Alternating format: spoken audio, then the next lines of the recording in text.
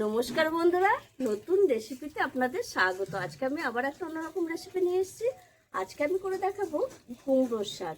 কীভাবে এই কুমড়োর শাক রান্না করব, প্রথম থেকে শেষ পর্যন্ত ভিডিওটা দেখবেন, স্কিপ করবেন না। আর ভিডিও ভালো লাগলে লাইক, শেয়ার, সাবস্ক্রাইব করতে একদমই ভুলবেন না। কুমড়োর শাক রান্নার জন্য আমি এখানে নিয়ে নিয়েছি মুসুরির ডাল। আমি ভিজিয়ে নিয়েছি আধ ঘন্টা আগে। এখানে 100 মতো মুসুরির ডাল ভেজানো আছে।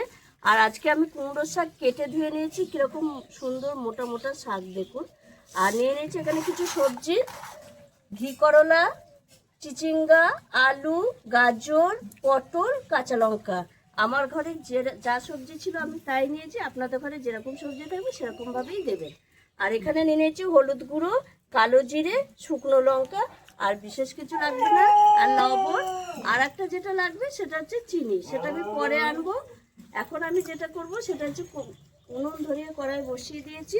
প্রথমে আমি এই সবজিগুলো, কুমড়ো শাকটা দিয়ে দেব।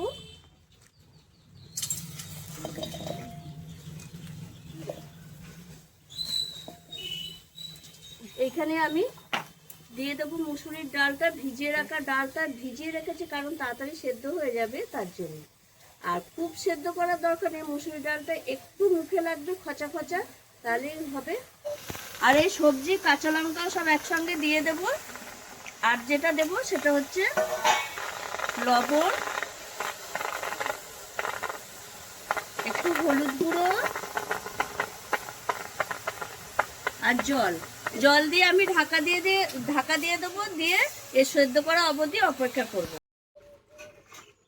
দেখুন বন্ধুরা, আমি 5 মিনিট মতো এরকম সেদ্ধ দিয়ে রেখেছি। এই দেখুন আধখচাভাবে সেদ্ধ হয়েছে, দেখেছেন। আমি বলেছিলাম একটু মুখে লাগবে। আর এই সবজিও সেদ্ধ হয়ে গেছে।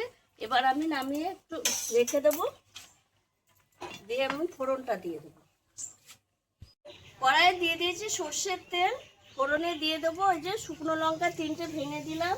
আর দিয়ে দেবো কালো জিরে, সামান্য একটু গোটা জিরে, একটু নেড়ে চেড়ে নেব।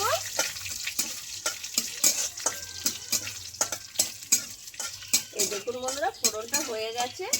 এইবার আমি এই ডালটা ঢেলে দেবো, শাকটা। এবার আমি স্বাদ মতো একটু চিনি দিয়ে দেবো। যেহেতু কুমড়োর শাক, চিনি দিলে ভালো লাগবে, চিনি না দিলে একটু ফ্যাকাশে লাগে। এবার আমি ঢাকা দিয়ে দেবো, দিয়ে আমি আরও 2 মিনিট মতো একটু এরকম সেদ্ধ করে নেব। দেখুন বন্ধুরা কত সুন্দর হয়েছে। আরও 2 মিনিট আমি ফুটিয়ে নিয়েছি ফোড়ন দেওয়ার পর। আর দেখুন কত সুন্দর হয়ে গেছে কুমড়োর শাকটা রান্না। এবার উপর থেকে সামান্য একটু কাঁচা সর্ষের তেল দেবো, এটা অপশনাল। আপনাদের ইচ্ছা হলে দেবেন, ইচ্ছা না হলে দেবেন না, কিন্তু এটা দিলে শাকটা একটা ভালো ফ্লেভার আসে আর খেতেও ভালো লাগে। এবার আমি নামিয়ে নেব। কত সুন্দর হয়েছে দেখেছেন বন্ধুরা কুমড়োর শাক একবার এইভাবে আপনারাও দেখুন বন্ধুরা।